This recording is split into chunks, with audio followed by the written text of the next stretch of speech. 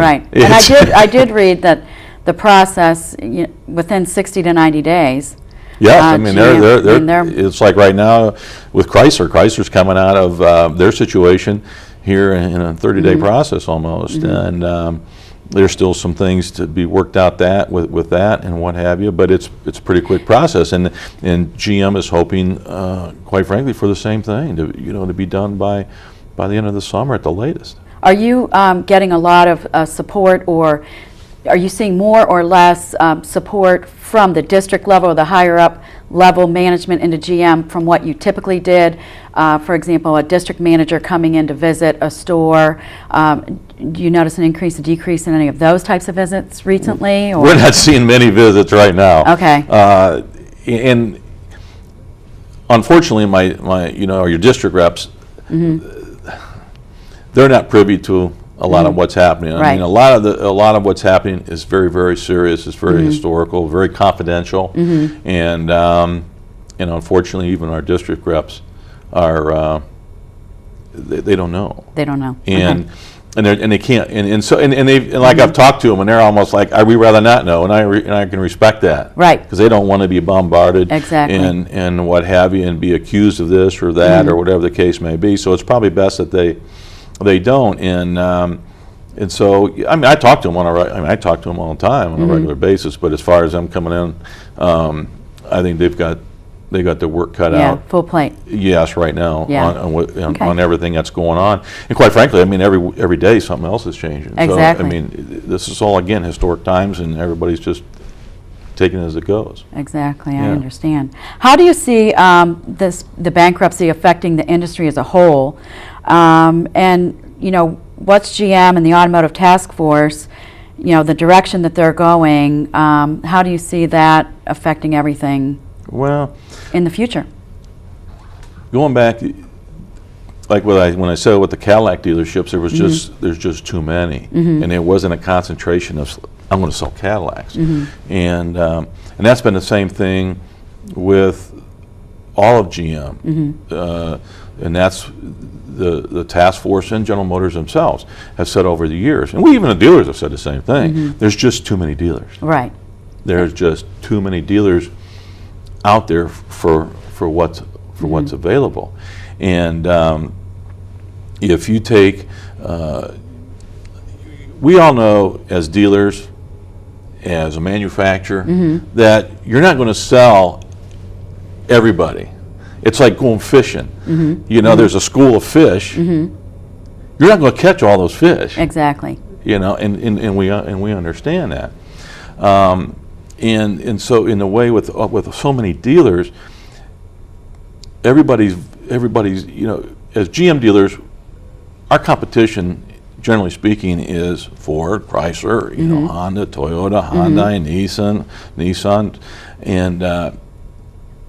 and right now with so many dealers, we're not only competing with those people, but we're competing with our own self, right. Because there's too many. Right. We've got so many Chevy dealers, we've got so many PP&G dealers, and so we're not only competing with them, but we're competing with our own associates. I did read something on that where with decreasing the number of dealerships, it'll allow GM to focus more on the existing stores and give them more support and not dilute their efforts as much. Well, and not only from GM's point of view, but from the dealership's point of view. Example, if you had, let's say for instance, this month in this market area, let's say Chevrolet, there's 100 people going to buy Chevrolets this month, and there's 3 dealers right in this local market area, and let's say the dealer's break-even point to be profitable is 30 cars. Well, let's say dealer A sells 45 of those people, dealer B sells 25, and dealer C sells 30. Okay, dealer A makes a little money. Dealer B, he loses, and dealer C just breaks even. And that's what's happening in our industry. Either dealers are just making a little bit, or they're breaking even, and they don't have. So therefore, they don't have enough to reinvest into their facility, to go out and be grow the stronger business in the market, exactly, in the improve the marketplace, latest technology. and what have you. And so with decreasing, let's say in that particular example, you decrease it down to 2 dealers, get one guy goes away, and all of a sudden, out of that 100, dealer A sells 60. He's very profitable. Dealer B sells 40. He's profitable. And can keep up. And they can keep up, and they're not struggling. And then you have an image situation. If you got GM dealers coming and going in communities like we've seen, it's not good for the image. Exactly. And from the consumer's point of view, it puts a little doubt: is this person going to be around? Not, or any, is he or isn't he? So that way, it just makes the dealer body stronger. They can go and concentrate on their efforts, and that goes back to what I was saying earlier, like with Cadillac dueled with either a Chevy or a Pontiac Buick GMC dealership. If that Chevy dealer's generally speaking concentrating on selling Chevys, and Cadillac is kind of second thought, or whoever comes in, right? Okay, that's great, but it's not good for the manufacturer. Exactly. And it's not good for that Cadillac dealer. That's a single point dealer that could use those sales to strength. So by taking that franchise away from him, he strictly concentrates. He concentrates on Chevrolets. He concentrates on Cadillac. And that's what General Motors is looking to do. You know, they want the Chevy dealers to concentrate on Chevy. They want Cadillac concentrated on Cadillac. And they want Buick GMC dealers concentrating there.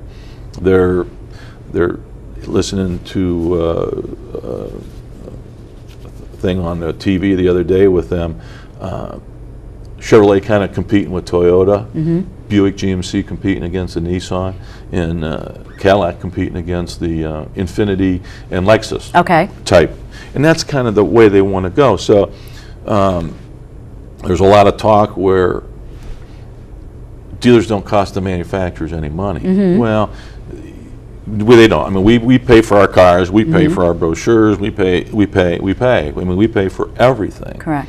However, because of what I just got done saying, you know, you can't properly reinvest in the business and promote more and concentrate more, and that's why I think they're looking at doing the, you know, decreasing the number of dealers and what have you, and that'll just make the whole everything stronger. Distribution, yes, much stronger. Absolutely. Good. Yeah.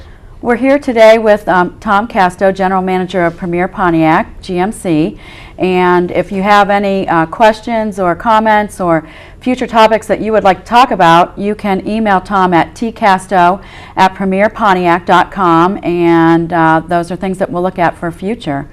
But getting back to you know, the bankruptcy, how do you see the bankruptcy affecting, you know, the customers and maybe the customers' perception of the value of GM? I mean, I think based on what we talked about so far, it's going to be all good because the experience from the consumer, they're going to see these changes evolving at the dealership level.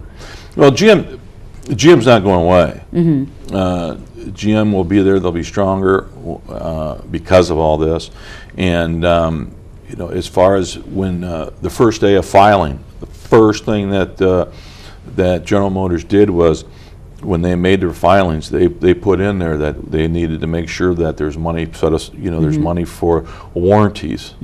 Okay, that there's no interruption in that there's money in there for the dealers, because you know, General Motors owes us a lot of money, not only us, but all dealerships, in the way of warranty incentives and things like that.